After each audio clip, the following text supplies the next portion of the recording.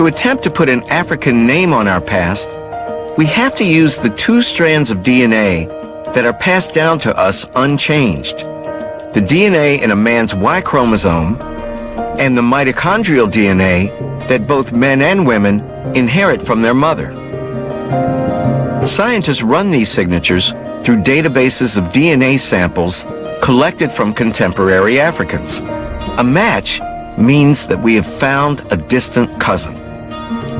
Unfortunately, however, this is still an emerging science, and DNA tests don't always produce clear results, as Dr. Fatima Jackson explains. The truth is that sometimes you can't put Humpty Dumpty all together again, that there are always going to be some gaps.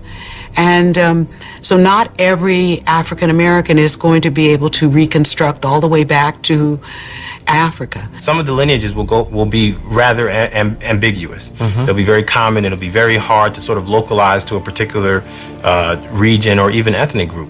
Now, your results are all over the map.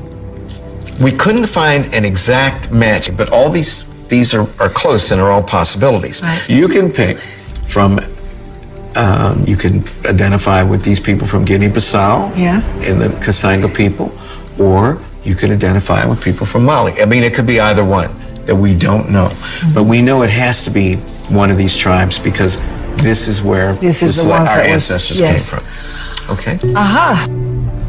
At other times, though, these African DNA matches are so specific and unique and make such historical sense that we can at long last glimpse the origins of our own black ancestors.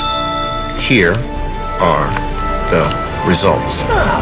You, on your daddy's side, most probably are descendant, an exact match from the Udemi people from northern Cameroon. And that is your exact tribal Y DNA match. Boy, it's just fascinating, man. It's like I've lived to see the future.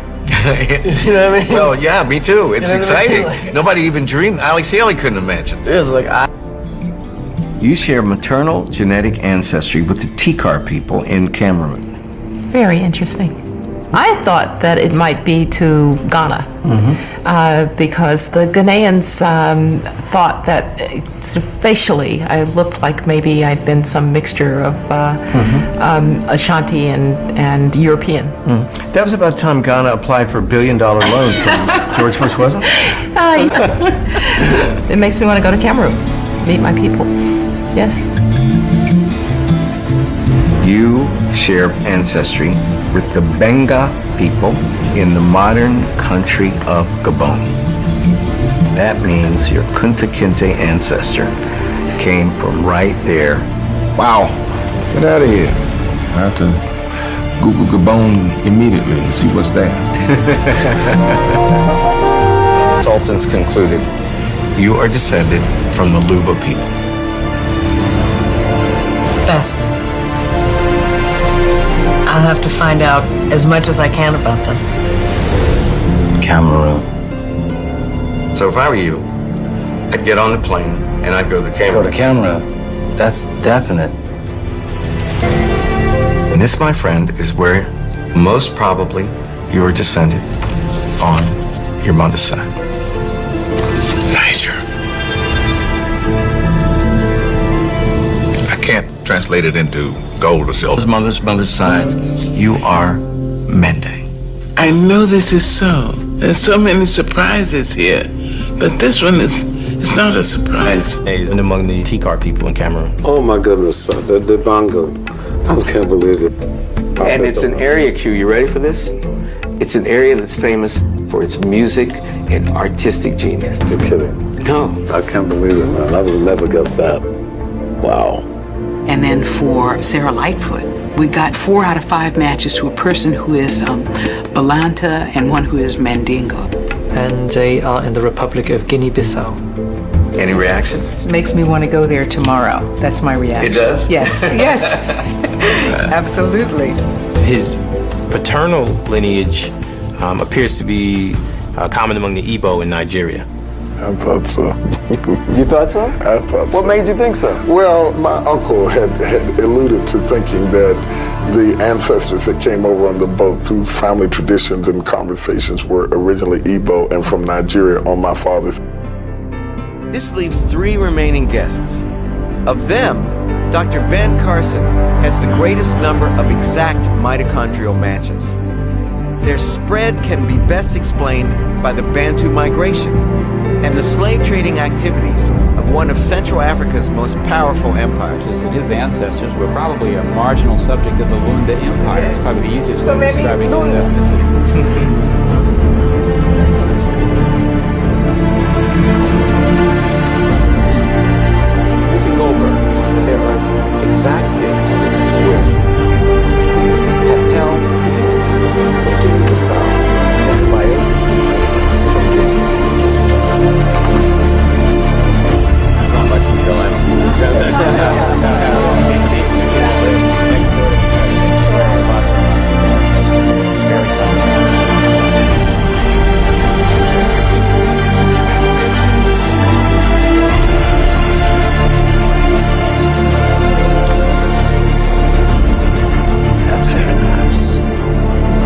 But of all of our results, it was Chris Tucker's where history and genetics most closely overlapped.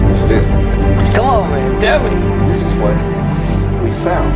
Chris Tucker's Y chromosome is very interesting. It's a very strong match we're finding. In fact, an identical match with the Mbundu people in Angola. And in terms of the most recent common ancestry, it appears to be within the last 8 generations. How likely is it historically that this 100% match is accurate? Well, it's very likely. I would say like the Portuguese, absolutamente. That means absolutely. You know, it's absolutely. Whoa! That's something. That's something. But we can tell you even more about your ancestors than you'd ever dream. But we'd like to do that, Chris, on the ground, as it were. We'd like to take you to Angola. Would you go with us? I would love to go. Yes. Yes.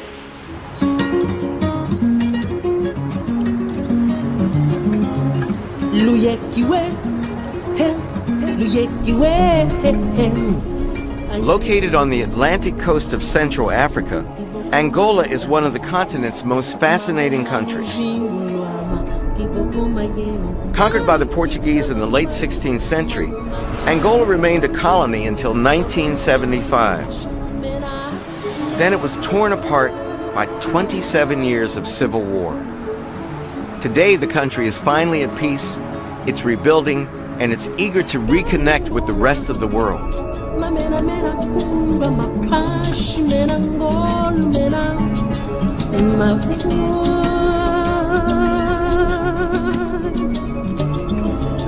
What's it mean to you to think that your people could have come from here? It's incredible. And being here, you know, still is like unbelievable. I'm like still just taking it all in. Chris is not the only African American to have roots here. The research of the historian, Dr. David Eltis, suggests that 1 out of every 4 slaves who reached the United States came from the Congo-Angola region. To begin to understand what they endured, we're driving 1 hour south of Angola's capital, Luanda. So, Chris, this was the house of a slave trader, which now the country's turned into their National Slave Museum, and we're going to meet the director. Hello, how are you? Hello, fine. I'm Henry Louis Gates. This is Chris Tucker. How you doing? Prazer. Nice to meet you. We're all aware of the dreadful horrors of the Middle Passage, but according to Dr. Amaral Gorgel, a slave's suffering began long before that. Tinham tratamentos horríveis. Muitos acabavam por morrer ao longo da caminhada. Iam à força, tirar o navio à força, e outros preferiam suicidar-se do que ir. Esses são grilhetas para aprisionar os escravos. How do they tighten it up? They squeeze this up? How did they I know. They put this on afterwards. Just take this lock off and slide that out, and you put your hands in put your first, hand in there and slide then but man, look how tight your hands would have been in there. Yeah. One of the most chilling aspects of this museum, however, is that it was once a chapel, a reminder that slavery was once seen as being good for an African soul. Portanto, os escravos entravam por aí assim naquela porta. Over there. E vinham. O padre recebia-os por sua vez. So they would kneel there? Sim. The slaves would come in the door, they would kneel in front of the crucifix. E passavam por aí assim, vinham. So we march over. A capela. Oh, I see, the holy water. Pia batismal. So they were brought in here and baptized. Sim. Curvava bocadinho, água na cabeça e fazia They put water on his head and make the sign of the cross. Sua vez. Saíam. They would bless them and then take the boats were out here? Yes. Sim. Chris, they would bless you before they sent you to your death. What's wrong? Thank you. Obrigado. Thank you, Obrigado. Thank you, brother. Again, how could this place so peaceful and calm? This was the site of the bloodiest industry and trade in human history, African slave trade. I don't think that I could have made it from the interior to here, the 2 or 3 month walking journey. I mean, think about that. Before we even got on this torture chamber they called a slave ship. Our ancestors who showed up in the New World were some strong people, man. Because they had survived the internal march from the time they were captured, and then survived the god-awful Middle Passage across the Atlantic Ocean. This is a powerful start, but I want to go further back in time to when Chris's ancestor was first enslaved. Chris, this is the National Historical Archive, and this is where they keep some of the records concerning the slave trade. Wow, these are archives, all right. Gee, look at this, Chris. Look how old these records are, man. Goodness. Because it was a commercial venture. They, wrote down so many slaves, captured, sold, how much they cost, everything. Boy, I mean, look at all these records. A lot of slaves. Somewhere in there, my great granddaddy. Yeah, probably. Here at the archive, we're meeting its director, the historian Dr. Rosa Cruz e Silva. These are some of the slave records that you keep in the archive? Exatamente. Portanto, temos aqui o nome da pessoa ou da empresa, digamos assim, que contrata, que faz... This is the names of the actual African slaves that were taken into slavery. I've never seen that before, because usually in these records, often they would just not even list the African names. It would just say 19 slaves from Angola. But here, they list the actual names of the people. Exatamente. Nós simple. Podemos encontrar nomes africanos, o que significa que estas pessoas ainda não tinham sido batizadas. So, a name like Joaquin, he'd been baptized. Yes. Yes, but a name like Kuyambo is an African name. Yes. Yeah, I see. Okay. Unfortunately, these records can't help us find Chris's ancestor. We're going to need the doctor's knowledge of Angolan history. Help me understand how his ancestor, Mbundu, ended up in the United States. How? Okay. She tells us that the answer may lie in a war waged in the early 1700s between Portuguese forces who colonized the country and the African kingdom of Matamba, which was led by a famous queen named Veronica. O reino da Matamba resiste à ocupação portuguesa durante muito tempo. A rainha Vitória se esforçou com seu exército para expulsar os portugueses.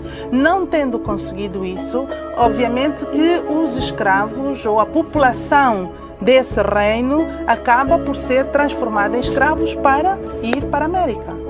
Your ancestors, she's saying, they fought. She fought with this queen, Veronica, who was tough and strong. But eventually, she lost. Yes. And when she lost, probably, the doctor's saying, your ancestor was then captured into slavery. To visit the place where those events took place, Chris and I fly east to where the kingdom of Matamba once lay.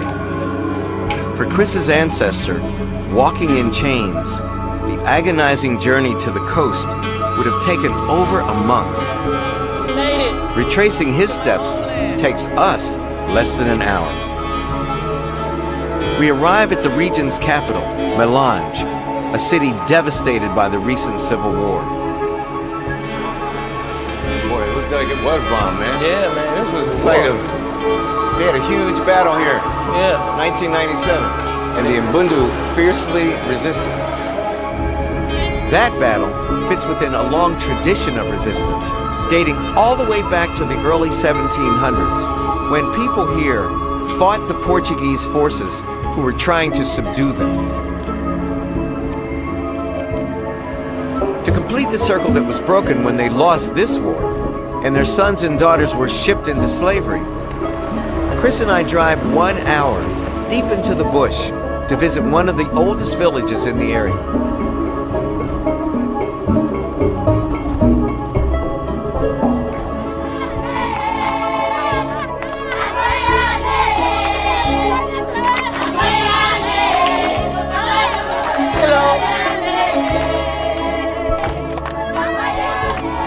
We're met by the village elder, Vicente João Manuel.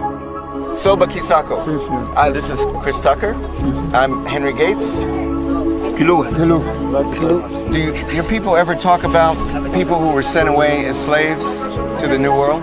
Na escravatura a viver ali no Santo Tomé e não conseguiu mais voltar. E por isso ali ficou só aí a nossa família. E nós não temos conhecimento. They just disappeared. How does it feel to have one of the lost members of your village hundreds of years ago, his descendant, back?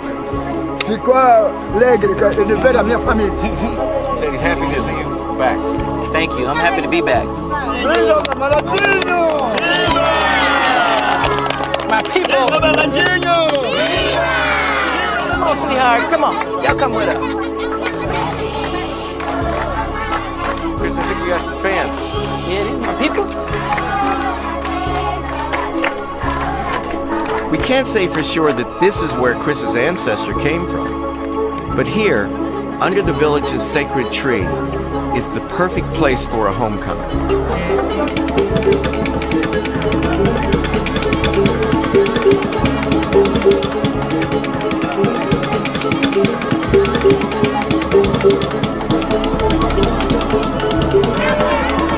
I've seen the real African.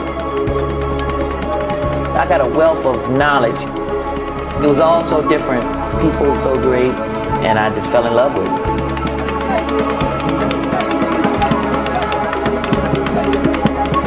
It's wisdom in knowing where you're from, and I know now. This is the greatest thing that ever happened to me. Sitting here with Chris, watching how warmly the Angolans welcome him back, I have to confess that I am a little envious. And I'm envious of all my guests who have managed to reconnect to their African ancestors.